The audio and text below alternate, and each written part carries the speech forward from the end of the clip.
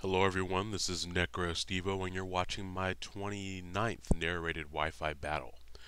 This is a battle that I had against Camelox. I got a hold of him over Skype. Great battler. Make sure you check out his channel in the description. He also posts Wi-Fi battles as well and narrates them, so be sure to go check him out. We had a mixed battle, and he starts off with Ninjas. Those normally just protect on the first turn to get the speed boost going, so I just went for the fake out. Because I saw he had a Frost Blast, but free damage is free damage in case he tried to do something different. My Ambipom does carry the payback. I'm thinking of switching that move, maybe for something else so that I can one-hit KO ghost types. Because here his Frost Blast lives and he uses the Ice Punch, which shows me that he's physical. So I expected it to have the Wake Up Slap, and maybe another move. I wasn't expecting Sucker Punch. For some reason, I was thinking that he had Destiny Bond, even though I outsped it with the payback. But he goes with a Sucker Punch, and it doesn't work against Audino, which Audino did not have a good time this match. It just really got beat up on. He goes for the Pain Split, which is great for him because Audino has so much HP that he gets back almost all of his HP. I put up a Reflect so that the Wake Up Slap that I know is coming won't hurt as much, which will me trying to set up the light screen. This is a dual screener Audino, obviously, which with Witch and Protect.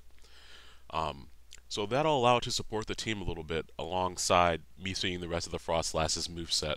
But now that I've seen the Pain Split, the Wake Up Slap, the Ice Punch, and the Sucker Punch, I know all of its moves. And Audino actually is the best answer for the Frost Blast because it can't do much damage with the Wake Up Slap, and the Sucker Punch won't work. And Ice Punch doesn't do too much damage with the screens up, so I can kind of just stall it a little bit. But here, expecting the Wake Up Slap, I go into my Choice Scarfed Heracross, because I knew that's a quad that's resisted there. And even if he had gone for the Ice Punch, or if he decided to switch up moves, the Reflect would allow me to take it as well. So he does switch out. He switches into his Metagross, and I knew that he'd switch. I wasn't sure what, so I went for the Night Slash, because that was going to hit anything that he had. But I kind of wanted to finish off the Frost Slash, to be honest. But he does bring it in. My answer to that is my Ferrothorn, and he goes for the Rock Polish, which that didn't really scare me because this Ferrothorn does have Thunder Wave on it, and I knew the strongest thing he could probably hit me with is Earthquake. And that's not going to do too much, especially with those screens up. So I Thunder Wave him here. Turns out that he has a Lumberry, so I kind of just wasted a turn more or less, and now he knows that I have the Thunder Wave. Because the Lumberry just heals it right off. And he Earthquakes again, and on this turn, maybe, I think I was expecting him maybe to do something different, knowing that I have Thunder Wave, so I set up Stealth Rocks. But he doesn't do anything different, so I just stay in, and I Thunder Wave him one more time as my Reflect wears off. And since the Reflect wore off that turn, the Light Screen will be wearing off the next turn, so I really wanted to make sure that he didn't have something running through my team without the Reflect up. So now that he's paralyzed, he's pretty much neutered on the sweeping side there. He's not going to be able to do too much sweeping with that one. I I expected a switch, although I wasn't sure what he'd switch to. I mean, he goes into Salamence, and I almost clicked Thunderwave again, but I did not. I actually switch out on the same turn, and I go back out into Audino. I wasn't sure that Salamence can run a bunch of different sets, and it turns out that he's a special set. I don't know if he was Scarfed or not. He may have been Scarfed. But that does a crap load of damage to my Audino, and that's because it's a critical hit. So that's one critical hit on Yukari the Audino so far, and I set up the Reflect because most Salamence run Dragon Dance, and I was kind of expecting that. But since now I know he's using Dragon Pulse, I go into my special wall, Mandibuzz, which Mandibuzz takes the Dragon Pulse very well, especially coming from a Salamence, and I don't even have the life screen up. Um, so with Mandibuzz in here, I'm able to shuffle around with Whirlwind some, or I'm able to Toxic Stall some things as well. Do whatever I need to do, basically. Unfortunately, he gets a crit on my special wall as well. So both of my walls are really hurting. Fortunately, Audino has a Regenerator ability, which allows it to get 33% of its HP as it switches out. But unfortunately, I Whirlwind him back into Frost Slash, which means I can't stay in and get my HP back, because if I try to attack him, he'll be faster than me, and if I try to roost or anything like that, then the Wake Up Slap will be super effective. I did have the Reflect up, but I don't think it was enough. I switch out to Audino here to take the expected physical move, and I get frozen. So, as much as we all beat up on Audino to get plenty of experience points for our Pokemon, he froze Audino and now he's slapping it back and forth. Just really not nice. I'm not even going to make any comments on the fact that it's a female and he's slapping it. But they're both females, so maybe it's more of a cat fight. Or would that be two Delcatty fighting? Anyways, I switch out here because I was expecting the wake up slap, and that also allows me to get the regenerator again on Audino so I can try to get it defrosted before it gets knocked out. My reflect is still up, so even with the ice punch incoming there, it's not going to do much damage.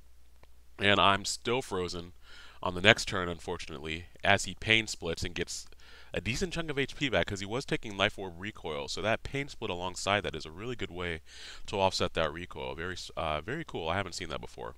And I tried to go for the protect there just to try to defrost before he hit me with something, and I got frozen again. So that's what, 3 turns of freeze and a crit on Audino. Poor Audino, just never really catching a break. I finally trained one and it still gets its butt kicked.